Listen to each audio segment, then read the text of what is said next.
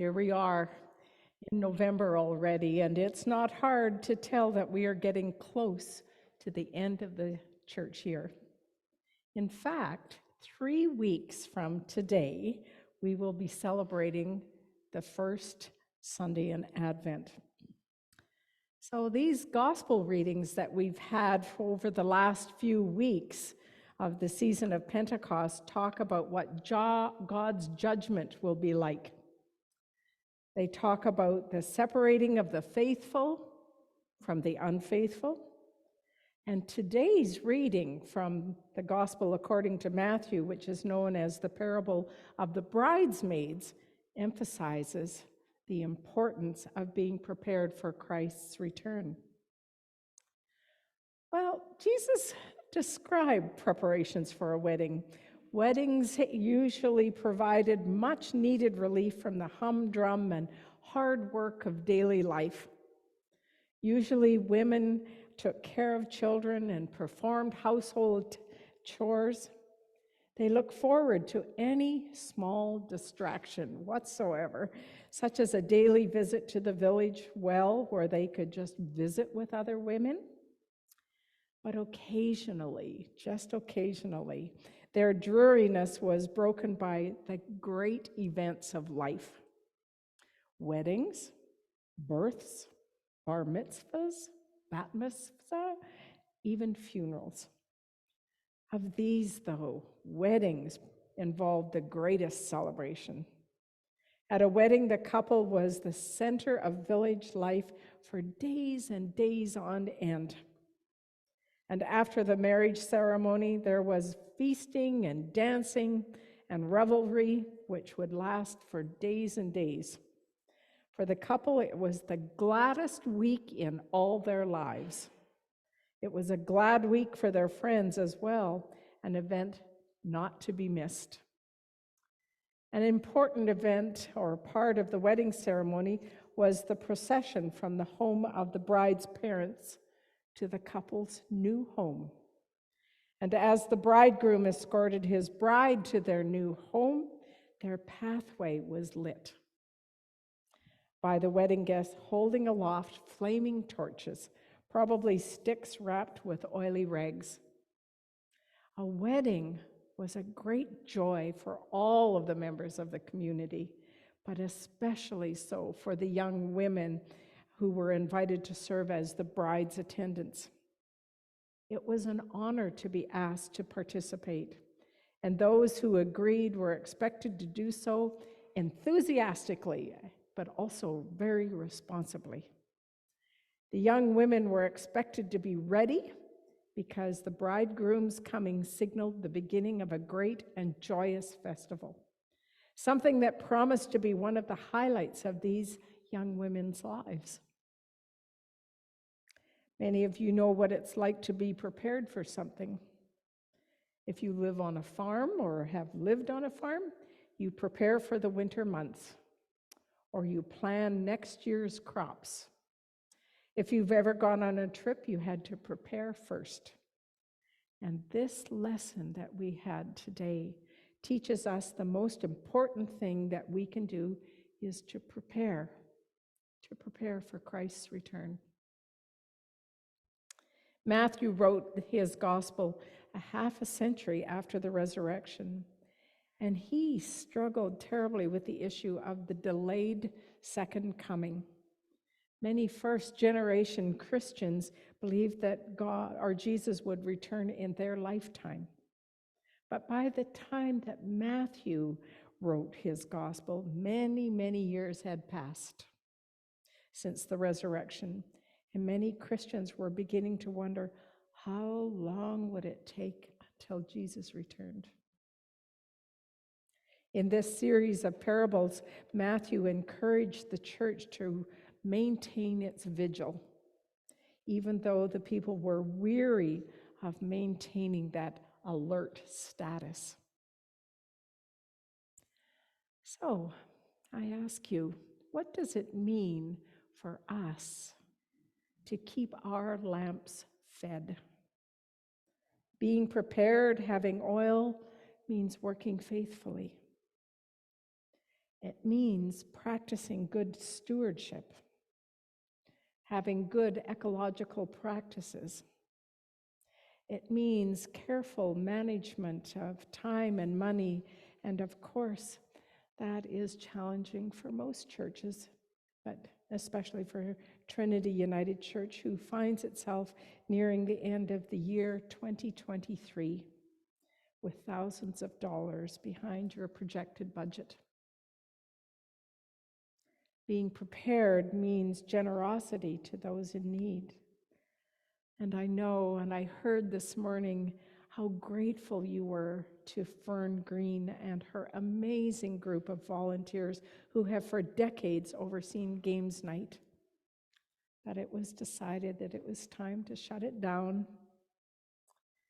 Fern and her group have provided an outstanding ministry, an outstanding outreach ministry to those with intellectual challenges in the community.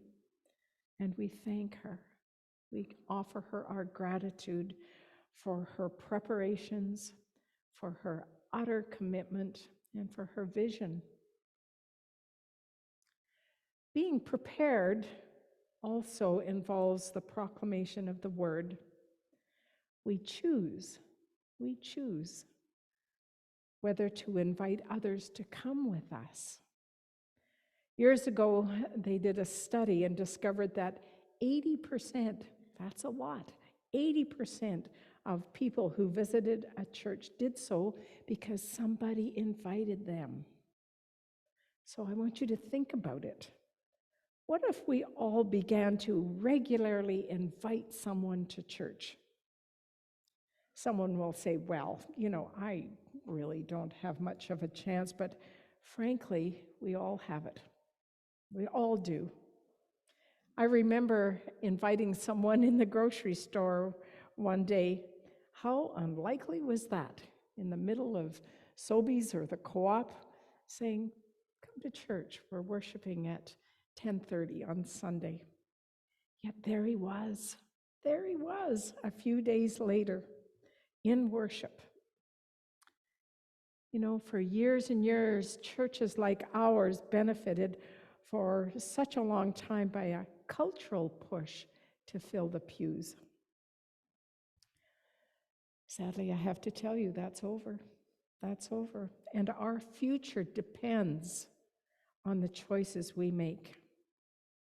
And the possibilities go on and on and on.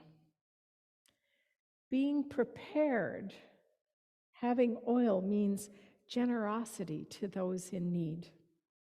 Jesus makes it clear that he has expectations regarding our behavior, standards that we must take very seriously and which we must aspire.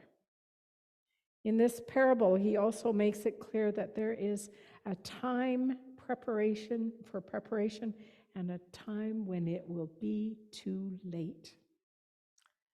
So I ask you, what feeds your faith? What brings you here this morning? It seems to me that we live in a society that is a little bit stressed. It seems that since COVID, people suffer more from anxiety and have retreated more into themselves, more than at any recent time in the past. I don't have to tell you that prices are up, but salaries and income have, for the most part, stayed the same. Houses, whether they are rentals or purchases, have become unaffordable for many.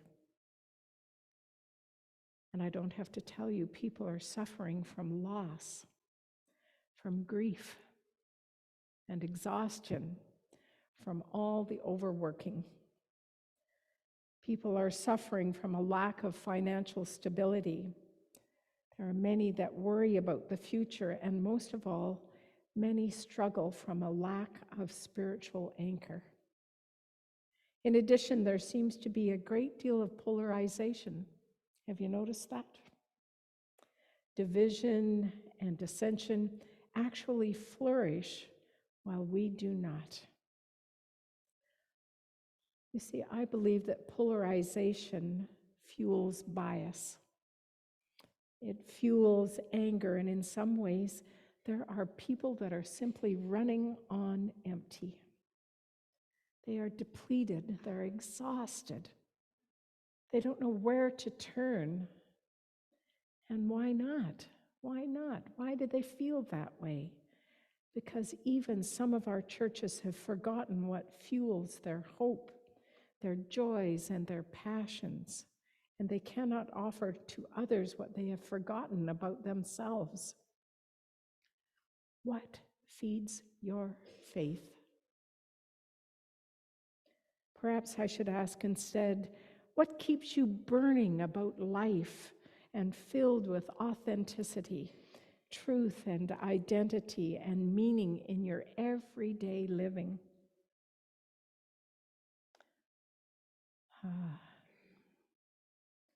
Well, if you are a Christian and you didn't answer my faith, then I believe you've identified the problem. Whereas an overwhelming percentage of people in our culture and in our churches today are searching for some kind of spirituality in their lives, an anchor upon which they can build their identity, meaning, and purpose, many churches have largely folded in on themselves with apathy, with fear of connecting to its own community. Why is that?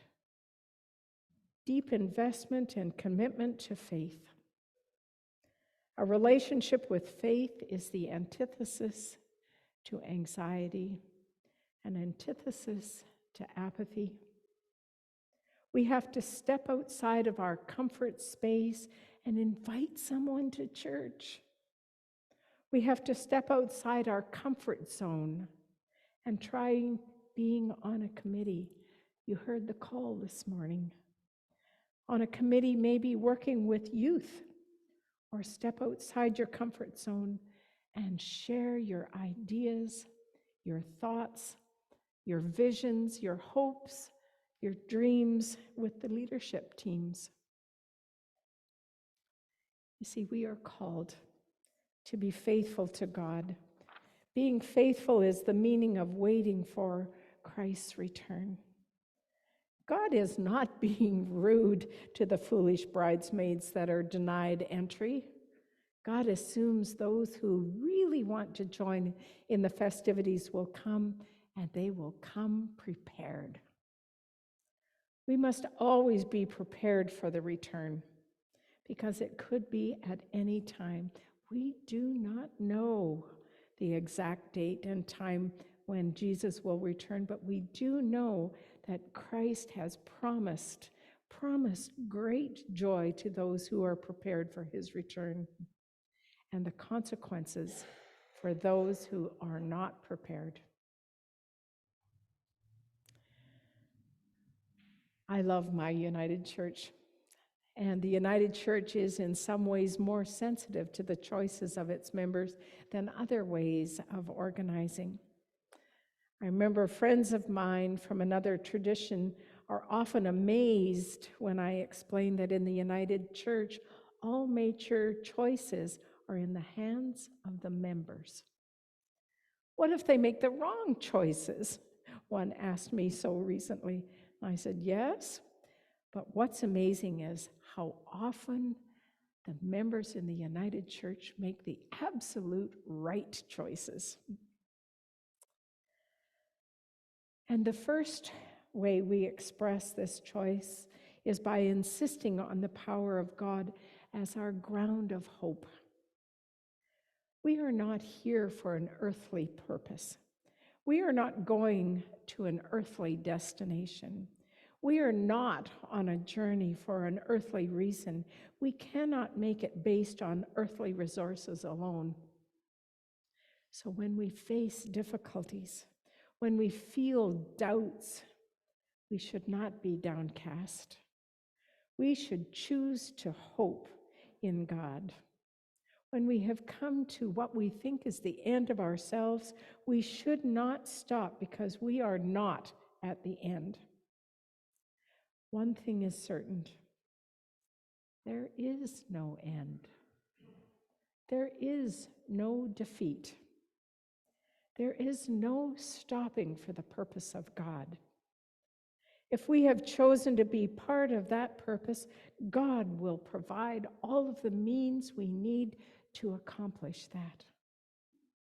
For we, each one of us, are the means. God has already chosen us, and our mission should unfold from those choices. Choose me, God making an appeal. The choices we make are our response. What mission will each one of you choose? What will you do? To be holy is to choose God. To choose God in the morning, to choose God at lunch, to choose God in the evening. For in all the places we visit, in all of the situations where we live, there is God. Moment to moment, God simply saying to each one of us, choose me, choose me. Amen.